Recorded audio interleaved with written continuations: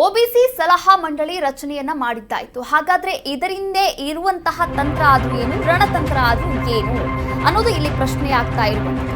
ನೋಡಿ, ರಾಜ್ಯ ರಾಜಕೀಯ ಅಷ್ಟೇ ಅಲ್ಲ, ರಾಷ್ಟ್ರೀಯ ರಾಜಕೀಯದಲ್ಲೂ ಕೂಡ ಭಾರಿ ಸಂಚಲನವನ್ನ ಮೂಡಿಸಿದೆ. ಮಾಸ್ಟರ್ ಪ್ಲಾನ್ ಅನ್ನು ಮಾಡಿದೆ ಕಾಂಗ್ರೆಸ್ ಹೈಕಮಾಂಡ್ ಅಂತಾನೆ ಹೇಳ್ತಾರೆ. ಹಿಂದುಳಿದ ವರ್ಗಗಳ ಮತ ಬ್ಯಾಂಕ್ ಮೇಲೆ ಕಣ್ಣಿಟ್ಟಿದ್ಯಾ ಹಾಗಾದ್ರೆ ಕಾಂಗ್ರೆಸ್?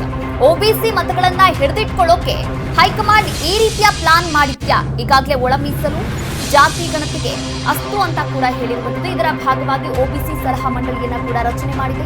ಅಹಿಂದ ನಾಯಕ ಅಂತ ಗುರುತಿಸಿಕೊಂಡಿರುವಂತಹ ಸಿದ್ದುಗೆ ಇದು ಮತ್ತಷ್ಟು ಪುಷ್ಟಿಯನ್ನ ಕೊಡುತ್ತಾ? ವೋಟ್ ಬ್ಯಾಂಕ್ ಗಟ್ಟಿ ಮಾಡಿಕೊಳ್ಳುತ್ತಾ? ಒಂದಷ್ಟು ಪ್ರಶ್ನೆಗಳು ಕೂಡ ಈಗ ರಾಜ್ಯ ರಾಜಕೀಯದಲ್ಲಿ ಎದುರಾಗಿರುವಂಥದ್ದು.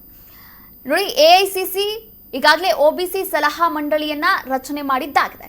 ಆದ್ರೆ ರಚನೆ ಮಾಡೋಕ್ಕೂ ಕೂಡ ಒಂದು ಕಾರಣ ಬೇಕಲ್ವಾ?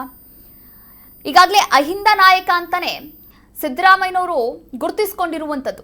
ಅಹಿಂದ ನಾಯಕರಿಗೆ ಹಿಂದುಳಿದ ವರ್ಗಗಳು ಯಾವ ರೀತಿಯ ಬೆಂಬಲವನ್ನ ಕೊಡುತ್ತೆ?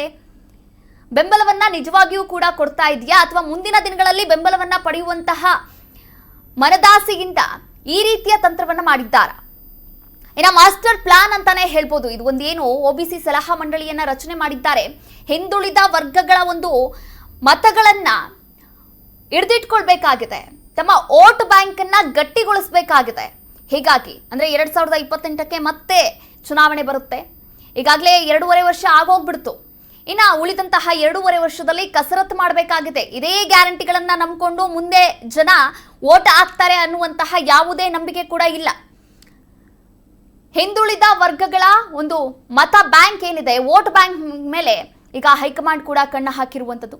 ಇನ್ನು ಬರೀ ರಾಜ್ಯದಲ್ಲಿ ಮಾತ್ರ ಅಲ್ಲ, ಇಡೀ ದೇಶದಲ್ಲಿ ನೋಡಿ, ಇಡೀ ದೇಶದಲ್ಲಿ ಹಿಂದುಳಿದ ವರ್ಗಗಳು ಹಿಂದೆ ಉಳಿದಂತೆಯೇ ಇದೆ.